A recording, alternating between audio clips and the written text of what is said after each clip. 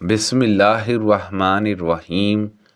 نبی کریم صلی اللہ علیہ وسلم کے عہد میں مسلمہ کذاب آیا اس دعوے کے ساتھ کہ اگر محمد صلی اللہ علیہ وسلم مجھے اپنے بعد اپنا نائب خلیفہ بنا دیں تو میں ان کی اتباع کر لوں۔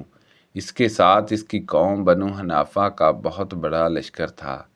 نبی کریم صلی اللہ علیہ وسلم اس کی طرف تبلیغ کے لیے تشریف لے گئے۔ آپ صلی اللہ علیہ وسلم کے ساتھ ثابت بن قیس بن شماس رضی اللہ عنہ بھی تھے۔ آپ کے ہاتھ میں کھجور کی ایک ٹہنی تھی جہاں مسلمہ اپنی فوج کے ساتھ پڑاؤ کیے ہوئے تھا۔ آپ وہیں جا کر ٹھہر گئے اور آپ نے اس سے فرمایا اگر تم مجھ سے یہ ٹہنی مانگے گا تو میں تجھے یہ بھی نہیں دوں گا، اور تو اللہ کے اس فیصلے سے آگے نہیں بڑھ سکتا جو تیرے بارے میں پہلے ہی ہو چکا ہے۔ تو نے اگر میری اطاعت سے روگردانی کی تو اللہ تعالیٰ تجھے ہلاک کر دے گا۔ میرا تو خیال ہے کہ تو وہی ہے جو مجھے خواب میں دکھایا گیا تھا۔ اب تیری باتوں کا جواب میری طرف سے ثابت بن قیس دیں گے۔ پھر آپ صلی اللہ علیہ وسلم واپس تشریف لائے۔ پھر میں نے رسول اللہ صلی اللہ علیہ وسلم کی اس ارشاد کے متعلق پوچھا کہ میرا خیال تو یہ ہے کہ تو وہی ہے جو مجھے خواب میں دکھایا گیا تھا۔ تو حضرت ابو ہریرہ رضی اللہ عنہ نے مجھے بتایا کہ رسول اللہ صلی اللہ علیہ وسلم نے فرمایا کہ میں سویا ہوا تھا، میں نے اپنے ہاتھوں میں سونے کے 2 کنگن دیکھے، مجھے انہیں دیکھ کر بڑا دکھ ہوا۔ پھر خواب ہی میں مجھ پر وحی کی گئی کہ میں ان میں پھونک مار دوں۔ چنانچہ میں نے ان میں پھونکا تو وہ اڑ گئے۔ میں نے اس کی تعبیر 2 جھوٹوں سے لی جو میرے بعد نکلیں گے، ایک اسودہ انسی تھا اور دوسرا مسلمہ کذاب، جن ہر 2 کو خدا نے پھونک کی طرح ختم کر دیا۔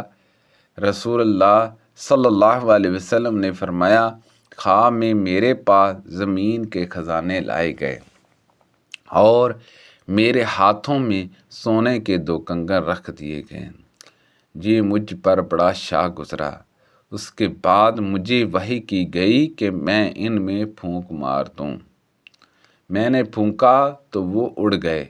میں نے اس کی تعبیر 2 جھوٹوں سے لی جن کے درمیان میں ہوں، یعنی صاحب ثنا اسودہ انسی اور صاحب یمامہ مسلم کذاب۔ ہم پہلے پتھر کی پوجا کرتے تھے اور اگر کوئی پتھر ہمیں اس سے اچھا مل جاتا تو اسے پھینک دیتے اور اس دوسرے کی پوجا شروع کر دیتے۔ اگر ہمیں پتھر نہ ملتا تو مٹی کا ایک ٹیلا بنا لیتے اور بکری لا کر اس پر دھوتے اور اس کے گرد طواف کرتے۔ جب رجب کا مہینہ آ جاتا تو ہم کہتے کہ یہ مہینہ نیزوں کو دور رکھنے کا ہے، چنانچہ ہمارے پاس لوہے سے بنے ہوئے جتنے بھی نیزے یا تیر ہوتے، ہم رجب کے مہینے میں انہیں اپنے سے دور رکھتے اور انہیں کسی طرف پھینک دیتے۔ جب نبی کریم صلی اللہ علیہ وسلم مبعوث ہوئے تو میں ابھی کم عمر تھا اور اپنے گھر کے اونٹ چرایا کرتا تھا۔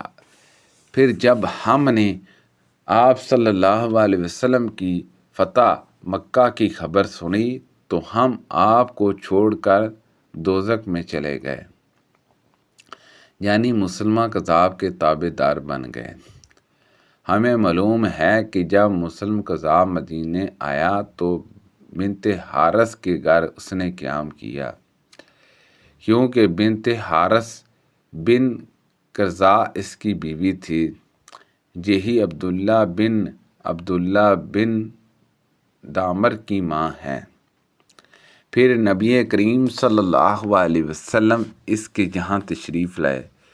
تبلیغ کے لیے آپ کے ساتھ ثابت بن قیس بن شماس رضی اللہ عنہ بھی تھے۔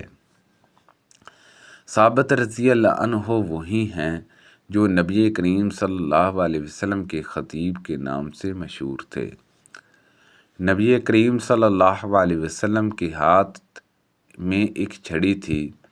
آپ صلی اللہ علیہ وسلم اس کے پاس آ کر ٹھہر گئے اور اس سے گفتگو کی اور اسے سلام لانے کی دعوت دی۔ مسلمہ نے کہا کہ میں اس شرط پر مسلمان ہوتا ہوں کہ آپ کے بعد مجھ کو حکومت ملے۔ نبی کریم صلی اللہ علیہ وسلم نے فرمایا کہ اگر تم مجھ سے یہ چھڑی مانگو گے تو میں یہ بھی نہیں دے سکتا، اور میں تو سمجھتا ہوں کہ تم وہی ہو جو مجھے خواب میں دکھائی گئے تھے۔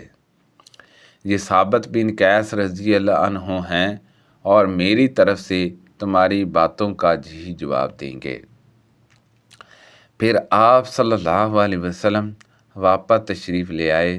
نجران کے 2 سردار عقب اور سعید رسول اللہ صلی اللہ علیہ وسلم سے مبالغہ کرنے کے لیے آئے تھے، لیکن ایک نے اپنے دوسرے ساتھی سے کہا کہ ایسا نہ کرو، کیونکہ اللہ کی قسم اگر یہ نبی ہوئے اور پھر بھی ہم نے اس سے مبالغہ کیا تو ہم پنپ نہیں سکتے اور نہ ہمارے بعد ہماری نسلیں رہ سکیں گی۔ پھر ان دونوں نے نبی کریم صلی اللہ علیہ وسلم سے کہا کہ جو کچھ آپ مانگے ہم جزیہ دینے کے لیے تیار ہیں۔ آپ ہمارے ساتھ کوئی امین بھیج دیجیے، جو بھی آدمی ہمارے ساتھ بھیجیے وہ امین ہونا ضروری ہے۔ نبی کریم صلی اللہ علیہ وسلم نے فرمایا کہ میں تمہارے ساتھ ایک ایسا آدمی بھیجوں گا جو امانت دار ہوگا، بلکہ پورا امانت دار ہوگا۔ صحابہ رضی اللہ عنہما نبی کریم صلی اللہ علیہ وسلم کے منتظر تھے۔ آپ نے فرمایا کہ ابو عبیدہ بن الجراح اٹھو۔ جب وہ کھڑے ہوئے تو نبی کریم صلی اللہ علیہ وسلم نے فرمایا کہ جس امت کے امین ہیں۔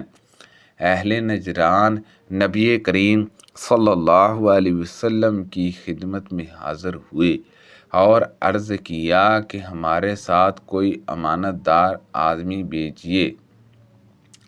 نبی کریم صلی اللہ علیہ وسلم نے فرمایا کہ میں تمہارے ساتھ ایسا آدمی بھیجوں گا جو ہر حیثیت سے امانت دار ہوگا۔ صحابہ رضی اللہ عنہما منتظر تھے۔ آخر آپ صلی اللہ علیہ وسلم نے ابو عبیدہ بن الجراح رضی اللہ عنہ کو بھیجا۔ نبی کریم صلی اللہ علیہ وسلم نے فرمایا ہر امت میں امین امانت دار ہوتے ہیں، اور اس امت کے امین ابو عبیدہ بن الجراح ہیں۔ رسول اللہ صلی اللہ علیہ وسلم نے مجھ سے فرمایا تھا جب میرے پاس بحرین سے روپے آئے گا تو میں تمہیں اتنا 3 لب بھر کر روپے دوں گا، لیکن بحرین سے جس وقت روپے آیا تو نبی کریم صلی اللہ علیہ وسلم کی وفات ہو چکی تھی، اس لیے وہ روپیہ ابو بکر صدیق رضی اللہ عنہ کے پاس آیا اور انہوں نے اعلان کر دیا کہ اگر کسی کا نبی کریم صلی اللہ علیہ وسلم پر قرض جہاں کسی سے نبی کریم صلی اللہ علیہ وسلم کا کوئی وعدہ ہو تو وہ میرے پاس آئے۔ جابر رضی اللہ عنہ نے بیان کیا کہ میں ان کے جہاں آ گیا اور انہیں بتایا کہ نبی کریم صلی اللہ علیہ وسلم نے مجھ سے فرمایا تھا کہ اگر بحرین سے میرے پاس روپیہ آیا تو میں تمہیں اتنا 3 لب بھر کر دوں گا۔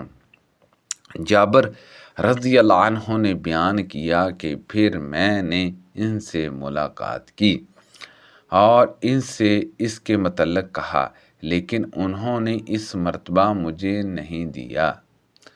میں پھر ان کے جہاں گیا، اس مرتبہ بھی انہوں نے نہیں دیا۔ میں تیسری مرتبہ گیا، اس مرتبہ بھی انہوں نے نہیں دیا۔ اس لیے میں نے ان سے کہا کہ میں آپ کے یہاں ایک مرتبہ آیا، آپ نے نہیں دیا، پھر آیا، آپ نے نہیں دیا، پھر تیسری مرتبہ آیا اور آپ اس مرتبہ بھی نہیں دے رہے ہیں۔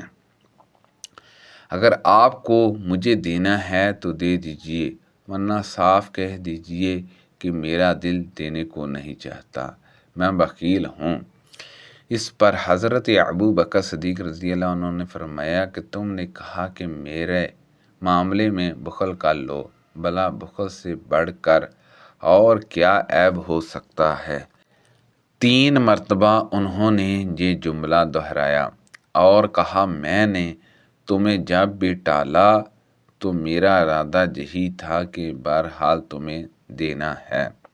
اور اسی سند سے عمرو بن دینار سے روایت ہے، ان سے محمد بن علی باقر نے بیان کیا، انہوں نے کہا کہ میں نے جابر رضی اللہ عنہما سے سنا، انہوں نے بیان کیا کہ میں حاضر ہوا تو ابو بکر صدیق رضی اللہ عنہ نے مجھے 1 لب بھر کر روپیہ دیا اور کہا کہ اسے گن لو۔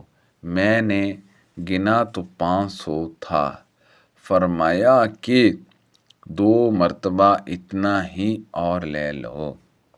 سبحان اللہ عز و جل۔ اللہ پاک سے دعا ہے کہ اللہ پاک ان حدیثوں پر عمل کرنے کی توفیق عطا فرمائے۔ اللہ پاک ہم سب کو صحت و تندرستی عطا فرمائے۔ کو پڑھنے میں غلطی کوتاہی ہو گئی ہو تو اللہ پاک معاف فرمائے۔ صدقہ جاریہ سے زیادہ لوگوں تک شیئر کیجیے۔ آمین بجاہ النبی الامین صلی اللہ علیہ وسلم۔